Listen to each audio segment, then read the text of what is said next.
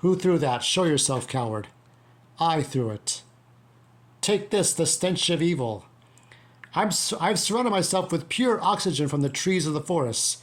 Your foul odor cannot touch me. Really.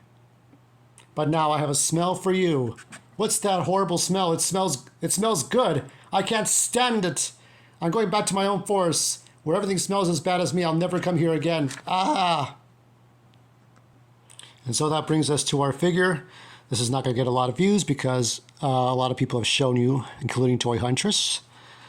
This figure in particular is Stinkor. Now this figure, although it's been shown many times on YouTube and others, maybe not so much on TikTok, but Instagram, but on here, it's amazing. This is a hard to find figure. Very difficult to find. Now I'm going to tell you a little bit of my history with Stinkor. Now Stinkor is basically a repainted merman. Now, not this merman.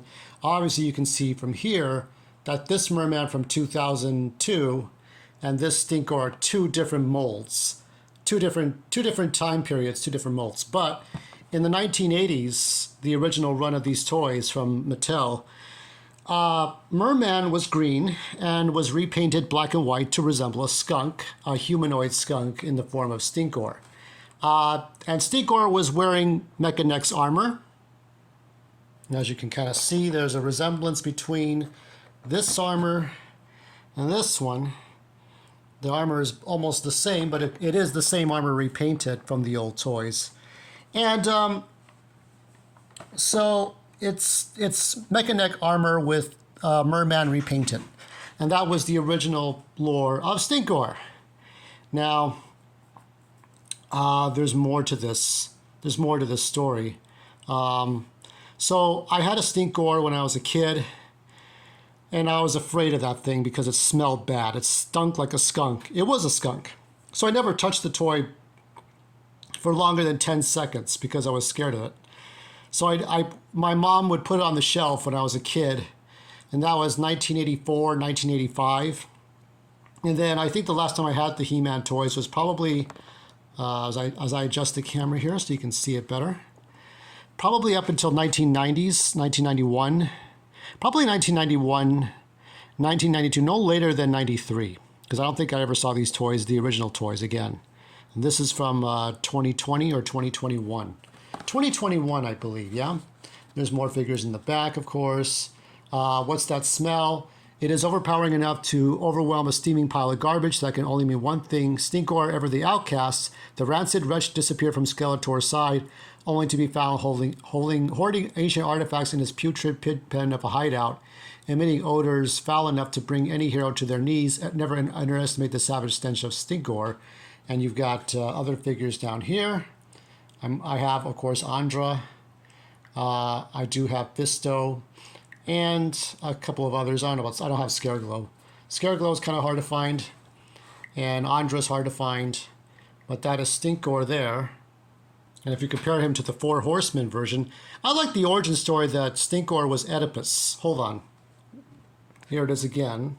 That's the Four Horsemen statue of Oedipus when he becomes, or Oedipus when he becomes Stinkor. Oedipus looks like an Ewok, sort of an Ewok creature. And he becomes Stinkor. I like that backstory a little bit better. Stinkor was just a guy that smelled bad. So he had these, so the Four Horsemen statue would have these little turn knobs and meters and dials and buttons and stuff like that. And for this one, there's a little bit of the same. He has this blue mask, very similar to the Four Horsemen one, and the tanks. You can notice the tanks in the back, the blue tanks.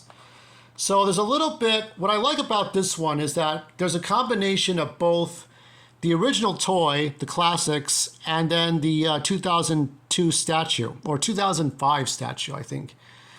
You know those statues were like $13 to $15 when they first came out. Now they're worth, you know, average about $100 at most, $80 to $100. They're worth money.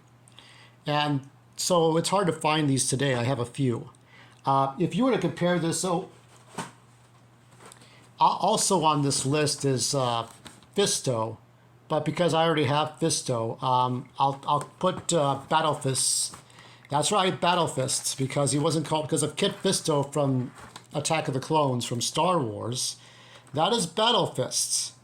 And here he is. And you can tell that if you kind of, where the feet would be together, he kind of towers over Fisto, doesn't he? A little bit, because the shapes and sizes. So 30 points of articulation. And this figure was hard to find from this series. A lot of figures got marked down. This one I think was on sale for $11.74 plus tax. That's not a bad deal. Most figures today are like 20 bucks a piece. It used to be when I was a kid, you get them for $5, you get them for $7, you get them for $10. I think I bought He-Man and Skeletor from 2002 for $15 a piece, but that was a little expensive because you could just pay under $10 back then.